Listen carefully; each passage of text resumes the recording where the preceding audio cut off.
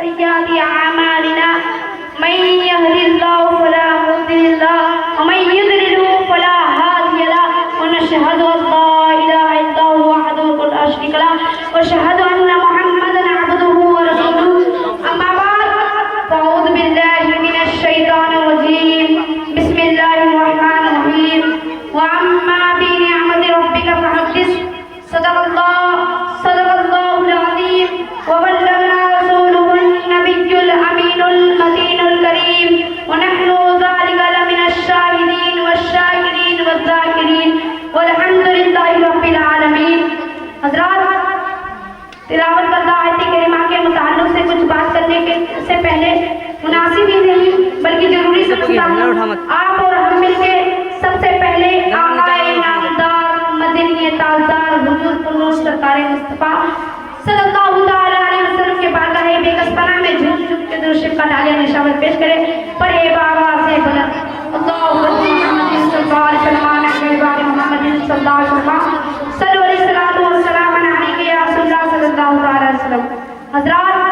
आज मैं अपने मुक़द्दर पे जितना भी नाज करूं कम है, क्योंकि आज मुझ जैसे तालिबे इल्म को इस बारगाह में खिराजी अक़ीदत पेश करने का मौका मिला है, जिस बारगाह में इल्म व फन के ताजदार भी लब कसाई करते हुए घबराते हैं। हज़रात, ये हमारे असातिज़ा की नवाजिश और आप लोगों की दुआओं का नतीजा है कि आज मैं आप लोगों के सामने कुछ बोलने की जुर्रत कर रहा हूँ। अगर मुझसे कुछ गलती हो जाए तो मुझे माफ़ करके मेरी कामयाबी की दुआ करें, क्योंकि अभी मैं तफल मकतब हूँ नवाईद हूँ न फरजाना, क्यों अभी मैं तफल मकतब हूँ नवाईद हूँ न फरजाना, दिल में तमन्ना गूंजी है सुना दो हक़ का फरमाना, दिल में तमन्ना गूंजी है सुना दो हक़ का फरमाना। हज़रात, आज 15 अगस्त है, आज ही के दिन हमारा देश भारत आज़ाद हुआ था। हज़रात, आज मैं जिस मौजू को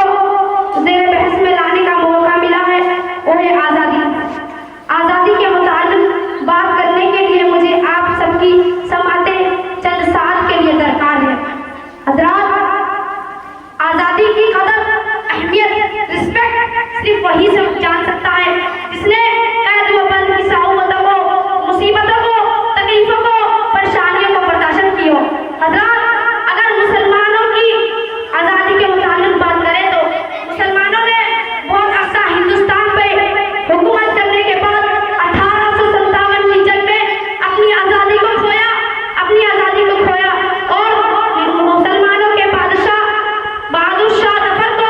कैद करके रंगून भेज दिया गया और